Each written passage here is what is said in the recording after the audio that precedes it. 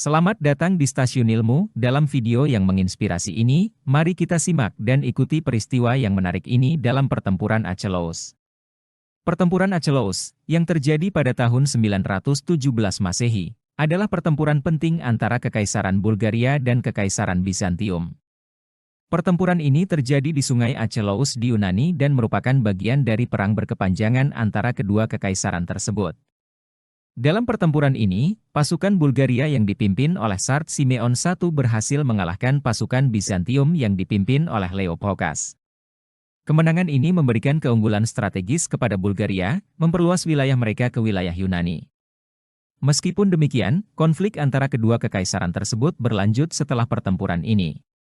Pertempuran Achelous memperkuat posisi Bulgaria sebagai kekuatan penting di wilayah Balkan pada masa itu dan menegaskan dominasi mereka atas sebagian besar wilayah Yunani selama beberapa dekade. Pertempuran ini juga menjadi poin penting dalam sejarah perang antara Bulgaria dan Kekaisaran Bizantium yang berlangsung selama berabad-abad. Mari kita menelusuri kisah pertempuran Achelous ini. Pada tahun 896, Bulgaria mengambil kendali atas semenanjung Balkan setelah kemenangan yang jelas atas tentara Bizantium di pertempuran Bolgarogon. Raja Simeon I dan Kaisar Leo VI menandatangani perjanjian damai. Ini memberi Bulgaria lebih banyak tanah dan mengharuskan Konstantinopel untuk membayar pembayaran tahunan kepada Bulgaria. Meskipun masih ada beberapa pertempuran sempadan kecil dan serangan setelah kesepakatan, perbatasan sebagian besar tenang selama lebih dari 1 dekade. Jadi Leo memiliki waktu untuk berbicara dengan teater lain. Di Sisilia, di mana pangkalan Bizantium terakhir diambil alih oleh Muslim, Romawi berperang melawan orang-orang Arab. Di Asia Kecil Selatan, Arab kemudian melakukan lebih banyak hal di darat dan di laut. Kepulauan Aegean dan Peloponnese diculik, dan pada tahun 904, kota terbesar kedua dan terkaya di Kekaisaran, Thessaloniki, diambil alih. Setelah Arab meninggalkan Thessaloniki dengan booti perang mereka, Bulgaria datang dari utara dan melakukan hal yang sama. Perdamaian yang Simeon dan Leo miliki sebelumnya dikembalikan, tetapi lebih banyak tanah diberikan kepada Bulgaria. Para pemimpin Romawi tahu bahwa hanya kekuatan yang kuat yang dapat menghentikan Arab datang ke pantai mereka. Banyak uang yang digunakan untuk membangun kapal-kapal baru. Strategi ini dibayar dengan kemenangan Angkatan Laut di Laut Aegean pada tahun 908 dan pendaratan di Siprus pada tahun 910. Dari sana, para pemimpin Kekaisaran Bizantium menyerang pantai Suriah dan merebut Laodicea. Tetapi pada tahun 912, Kaisar Leo VI, yang bijak, meninggal, dan kerugian berat pada gelombang Laut Mediterania mengakhiri kemenangan ini. Sekali lagi, masa depan Kekaisaran Romawi Timur tidak jelas. Ketika Kaisar Leo VI meninggal, putranya Konstantin VII Porphyrogenitus masih kecil, sehingga kekaisaran itu dikendalikan oleh pamannya Alexander Porphyrogenitus. Begitu dia mengambil alih kekuasaan, Alexander mengunci istri saudaranya yang sudah meninggal di sebuah biara. Dia menyingkirkan semua pengikut setia Leo dan menggantikannya dengan orang-orangnya sendiri. Dia juga berhenti memberikan penghargaan tahunan mereka kepada orang-orang Bulgaria. Ini memberi Simeon I, yang mungkin adalah master terbaik Bulgaria pada abad pertengahan, alasan yang dibutuhkan untuk mencapai tujuan-tujuan besarnya. Dia membuat pasukannya siap menyerang Konstantinopel dengan segera. Sementara itu, Alexander Agung meninggal dengan cepat pada Juni 913. Kaisar muda Konstantin VII dan pemerintah baru yang dipimpin oleh Patriark Nicholas I Mistikos sekarang bertanggung jawab atas masalah Kekaisaran Romawi Timur. Simeon I dengan cepat mengambil alih tanah Kekaisaran Bizantium. Dia bergerak melalui Trace dan mencapai kota Kekaisaran tanpa banyak kesulitan. Simeon tinggal sebagian besar waktunya di Konstantinopel. Dia menyukai kota dan budaya karena itu adalah ibu kota Kekaisaran Bizantine. Dia tidak datang ke kota hanya untuk mencuri. Satu-satunya tujuannya adalah menjadi kaisar Romawi dan Bulgaria dan duduk di tahta. Tetapi tembok-tembok Theodosia menghentikan dia dari mencapai tujuannya. Tetapi karena Simeon ada di sana, Bizantium tidak punya pilihan selain berbicara dengannya dan menerima dia sebagai kaisar Bulgaria, sama seperti Kaisar Konstantin VII. Juga, putri Simeon akan menikah dengan Konstantin ketika ia masih muda. Simeon berharap bahwa karena dia adalah sepupu penguasa Bizantine dan yang memiliki kekuasaan nyata, dia akan mengendalikan seluruh kekaisaran Romawi Timur. Simeon gembira, sehingga ia berbalik dan membawanya kembali ke Bulgaria. Tetapi tidak lama setelah dia kembali, berita dari Konstantinopel sampai padanya. Ibu Konstantin, Zoe, menjadi penjaga dan membatalkan pernikahan antara putranya dan putri Simeon.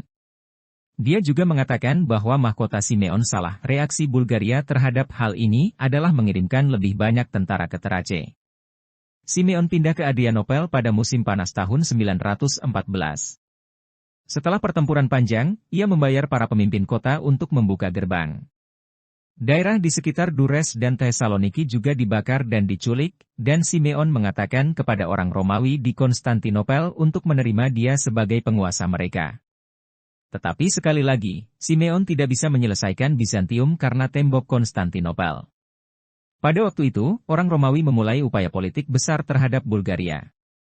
Kaisar Zoe membuat perdamaian dengan orang-orang Arab di timur dan mulai berbicara dengan Kekaisaran Serbia di barat tentang membuat perjanjian damai. Petar Gojnikovi, seorang pangeran Serbia, bertemu dengan strategos dari Dures untuk berbicara tentang kemitraan yang mungkin. Tetapi Simeon mengetahui tentang percakapan ini, dan orang-orang Serbia segera meninggalkan perjanjian ini.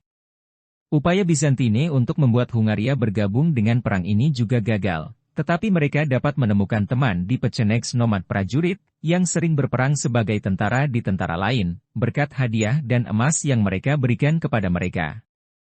Pada musim panas tahun 917, setelah banyak perencanaan, orang Romawi mengumpulkan tentara yang cukup kuat untuk melawan penguasa Bulgaria. Leo Phocas, yang lebih tua, bertanggung jawab atas pasukan darat. Romanos I, Lekapenos, bertanggung jawab atas kapal itu. Leo Phocas menyerang dari Konstantinopel dengan mengirim tentaranya ke selatan ke Bulgaria. Dia berencana untuk bertemu dengan kapal dan sisa tentaranya di dekat Mesembria dan Anchialos. Di sisi lain, armada harus memindahkan pria Bizantine dan tentara Pechenek melalui Danube. Dari sana, tentara Pechenek akan menyerang Bulgaria dari utara. Leo Phocas mencapai Anchialos pada 20 Agustus 917, setelah berjalan panjang melalui Thrace. Di sana, ia mendirikan sebuah kamp dan membiarkan pasukannya beristirahat sebelum bergerak ke Mesembria untuk bertemu dengan sisa tentaranya. Tetapi kemudian, di utara tempat mereka berada, di tanah yang lebih tinggi, mereka melihat Bulgaria mengatur garis-garis mereka dan bersiap-siap untuk perang. Leo Phocas tidak membuang-buang waktu dan membuat orang-orangnya siap dengan segera. Karena tentaranya sedikit lebih besar, dia memilih untuk pergi ke serangan. Sumber-sumber tidak setuju tentang seberapa besar setiap tentara, tetapi sejarawan saat ini mengatakan ada sekitar 20.000 Bizantium dan 15.000 Bulgaria. Bizantine biasanya menempatkan pasukan mereka di tengah dan kuda mereka di sisi. Orang-orang Bulgaria juga mengatur tentara mereka dengan cara yang sama. Setelah menunggu singkat, tentara Bizantine pergi langsung ke pusat dan kedua sisi pasukan Bulgaria. Leo Phocas, yang bersedia untuk bertarung bersama orang-orangnya, memimpin tuduhan ini. Dengan demikian, kedua belah pihak memulai pertempuran yang sengit. Dari awal, jelas bahwa Bizantium memiliki lebih banyak orang daripada sisi lain. Langkah demi langkah, mereka bergerak maju dan mendorong kembali tentara Bulgaria, yang perlahan-lahan mundur.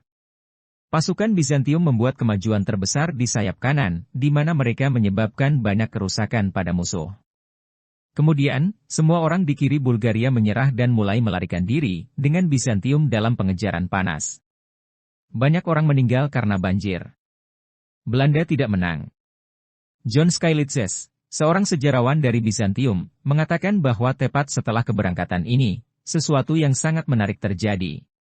Leo Phocas dikatakan telah turun dari kuda di tengah pertempuran untuk minum air dari sungai terdekat. Tapi tepat pada saat itu, kuda itu meledak bebas dan mulai berlari di sekitar medan perang. Ketika orang-orang Bizantium melihat kuda itu di ladang tanpa dia di atasnya, mereka semua berpikir pemimpin mereka telah mati. Orang-orang Bizantium takut dan melarikan diri dari medan. Kisah ini oleh John Skylitzes, di sisi lain, tidak masuk akal karena tidak mungkin kuda yang dilatih untuk perang akan melarikan diri dari pemiliknya. Bahkan, sisi kiri tentara Bulgaria mungkin menarik mundur dengan sengaja untuk membuat tentara Bizantine menyebar dan kemudian pergi ke serangan. Ketika orang-orang Simeon kembali bersatu untuk mendorong kembali musuh, bagian paling berdarah dari pertempuran dimulai.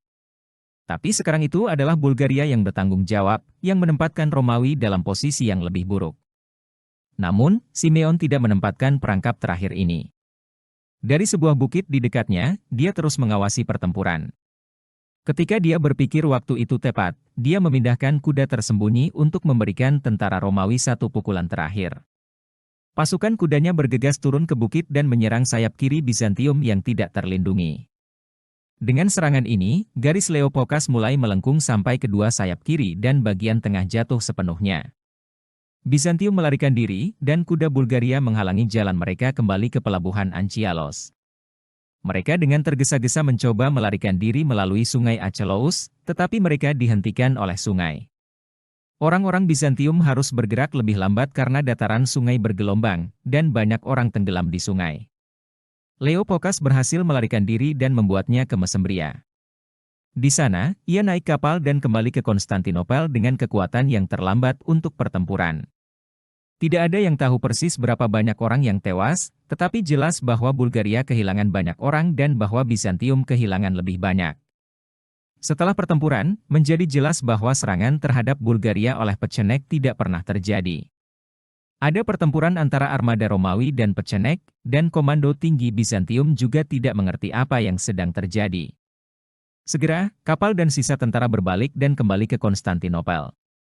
Simeon, di sisi lain, memilih untuk mengambil keuntungan dari kemenangan di Anchialos. Dia meninggalkan sebagian tentara di utara jika Pecenek menyerang, dan dia pergi ke kota Bizantium dengan sisa tentara.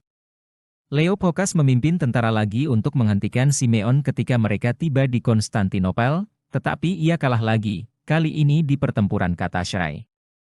Tetapi tembok-tembok Konstantinopel sekali lagi menghalangi pasukan Bulgaria. Bahkan pemimpin yang kuat seperti Simeon tidak bisa membayangkan mengambil alih pertahanan ini tanpa kapal yang kuat. Dia mencoba untuk membuat kesepakatan dengan Fatimida sehingga kapal-kapal mereka dapat memblokir Konstantinopel, tetapi diplomasi Bizantium dan penipuan menghentikan ini terjadi.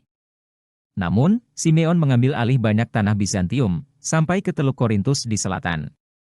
Di barat, ia menyerang Serbia, menggulingkan Pangeran Peter dari Serbia, dan menempatkan Pavle Branovi, boneka Bulgaria, di atasnya. Meskipun ia tidak mencapai tujuannya untuk menjadi kaisar Kekaisaran Romawi Timur, Simeon menjadi satu-satunya penguasa Balkan setelah pertempuran Achelous. Kemenangan ini atas Bizantium pada tahun 917 menjadi salah satu pertempuran paling penting dan terkenal dalam sejarah Bulgaria selama abad pertengahan.